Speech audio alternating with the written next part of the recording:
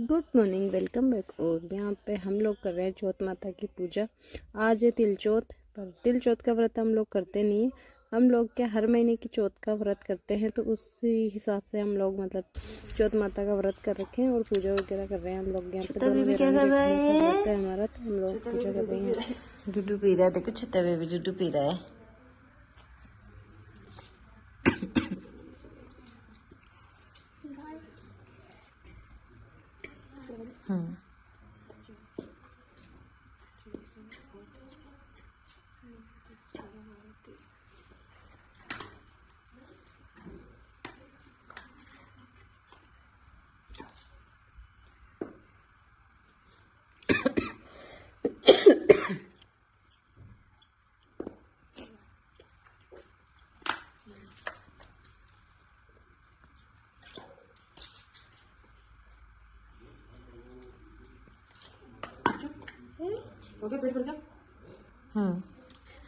खाना मत खाना, ठीक है?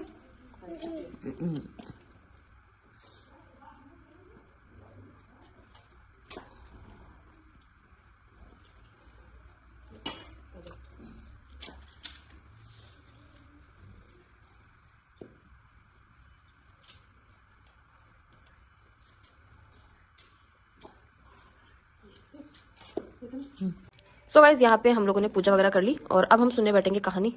अक्षु, कहानी कौन सुनाएगा हमको? क्या अच्छू सुनाएगा क्या कहानी? अच्छू सुनाएगा कहानी।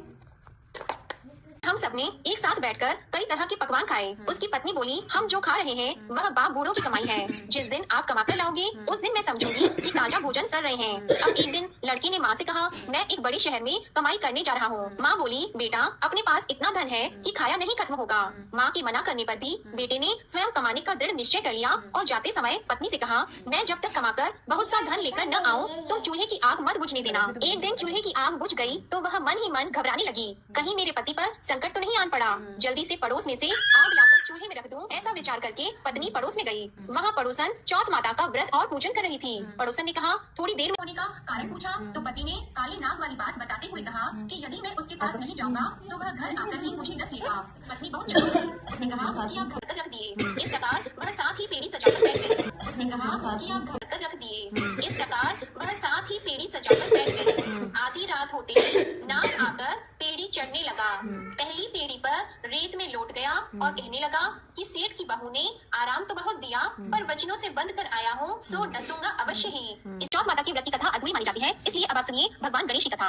एक समय की बात है, विष्णु भगवान का विवाह लक्ष्मी जी के साथ निश्चित हो गया। विवाह की तैयारियां होने लगी। सभी देवताओं को निमंत्रण भेजे गए, परंतु गणेश जी को निमंत्रण नहीं दिया। कारण जो भी रहा हो, अब भगवान विष्णु की बारात जाने का समय आ गया। सभी देवता अपनी पत्नियों के साथ विवाह समारोह में आए। उन सबने देखा कि गणेश जी कहीं दिखाई नहीं दे रहे हैं। तब वे आपस में चर्चा करने लगे कि क्या गणेश जी को नहीं न्योता है या स्वयं गणेश जी ही नहीं आए हैं। सभी को इस बात पर आश्चर्य होने लगा। तभी सबने विचार किया कि विष्णु भगवान से ही इसका कारण पूछा जाए। विष्णु भगवान से पूछने पर उन्होंने कहा कि हमने गणेश जी के पिता भोलेनाथ महादेव को न्योता भेजा है। यदि गणेश जी अपने पिता के साथ आना चाहते हो तो आ जाते, अलग से न्योता देने की कोई आवश्यकता भी नहीं थी। दूसरी बात यह है कि उनको सवा मन मूंग, सवा मन चावल, सवा मन घी और सवा मन लड्डू का भोजन दिन भर में चाहिए। यदि गणेश जी नहीं आएंगे तो कोई बात नहीं, दूसरे के घर जाकर इतना सारा खाना पीना अच्छा भी नहीं लगता। इतनी वार्ता कर ही रहे थे कि किसी एक ने सुझाव दिया, यदि गणेश जी आ भी जाए तो उनको द्वारपाल बनाकर बैठा देंगे कि आप घर की देखभाल करना। आप तो चूहे पर बैठकर भी रखते हैं। आप लोग को देवता कर हैं, फिर भी आप गणेश जी को कैसे भूल गए? अब आप लोग भगवान श्री गणेश जी की जय बोलकर जाएं तो आपके सब काम बन जाएंगे और कोई संकट भी नहीं आएगा। अब सभी को अपनी अपनी गलती का पश्चाताप हुआ और सबने भगवान गणेश की जय जयकार करते हुए और बारात वहाँ से चल दी और विष्णु भगवान का लक्ष्मी जी के साथ विवाह संपन्न करा के सभी सकुशल घर लौट आए। हे गणेश जी महाराज, आपने जैसे विष्णु भगवान के कार्य को सिद्ध किया वैसे सभी के कार्य को सिद्ध करना। बोलो भगवान गणेश की जय। तो ये थी आज की चौथ माता की कथा और विघ्नहर्ता भगवान गणेश की कथा।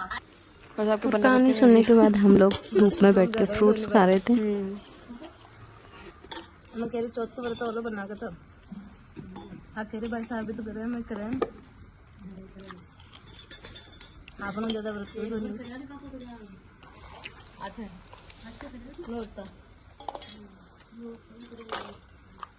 कौन करा था?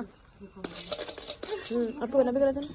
बनाते एक दो बार शौक शौक में कराया साकार कर ले, फिर भी भूख लगे भूख लगे भूख लगे। और शाम का टाइम हो गया था, तो यहाँ पे हम लोग जोत देख रहे थे। कहानी वगैरह तो हम लोग हमेशा ही के दिन में सुनते हैं और जोत शाम को देखते हैं, तो बस जोत देखेंगे।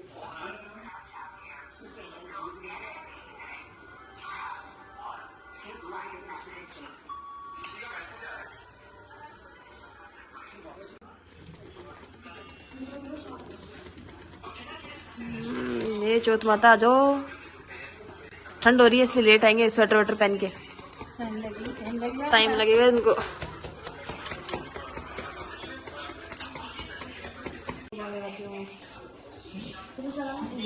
हाँ हाँ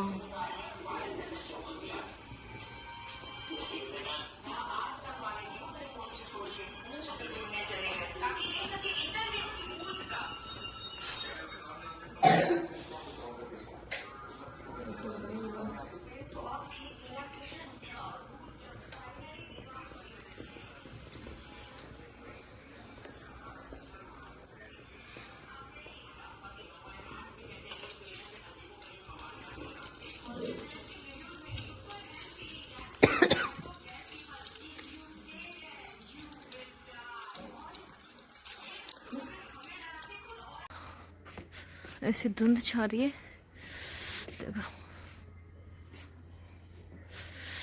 चांद का तो पता नहीं दिखेगा कि नहीं दिखेगा आज।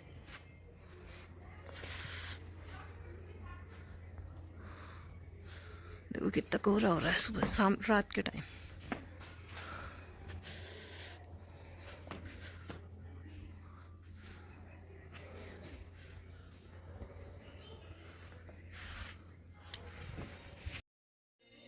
यहाँ पे हमारे अक्षु खेल रही है और चांद रात को मतलब 11:30-12 बजे से निकला था थोड़ी देर के लिए, तो फिर हम लोगों ने आर्क वगैरह देख के खाना वाना खा लिया था।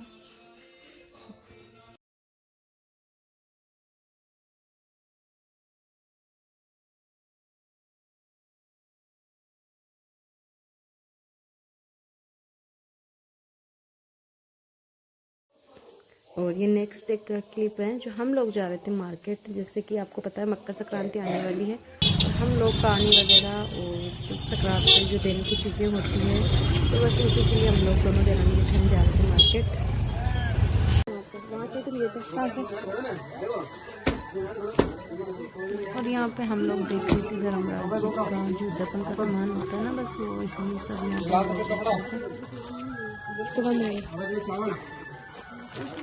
क्या करी थी? सामान जो गली तब पिछली बार अक्षु थी ना मेरे साथ, इसलिए तो मैं बिल्कुल ही लाइट चल रही हूँ। सही है। तो दोराने को काय काम आयो फिर जब दोराने का बच्चों और जब जेठानी ने लदाओ सामान। हाँ सही है। और क्या आ गए अक्षु के पापा, पूरा वजन लदा आ गए। वो देखो आ गए अक्षु के पापा। पिट्टी करने के लिए लाई हूँ, ये डंडा और छाता दोनों। ठीक है अक्षु? अक्षु बोल दे ओके ओके। इसी से पिट्टी होगी तेरी रोज, इसी से। मम्मा कर दो, बोलते अच्चू कर दो। खाना खाया था अच्चू ने? नहीं ओ पापा ने खाना नहीं खिलाया अच्चू को? नहीं। अच्चू क्या खाया अभी आपने? अभी क्या खाया था ना? अच्चू क्या खाया अभी आपने? तना अक्षु आपका अच्चू खाना खा लिया क्या आपने? खाना खा लिया क्या आपने? बहुत बढ़िया। व्रत है क्या आपके? इसका मतलब खा लिया इसने। और यहाँ पे हम लोग घर आने के बाद मम्मी जी को ये सारी चीज़ें जो मैं लेके आई थी बस वो सारा सामान मम्मी जी को दिखा रहे थे। और इस ब्लॉग को भी मैं यहीं एंड करूँगी, बहुत ज़्यादा थक चुके हैं, आगे का कुछ भी बनाने की भी हिम्मत नहीं है, तो बस ये सब चीज़ें दिखाएंगे मम्मी जी को। बताएंगे क्या चीज़ महंगी लेके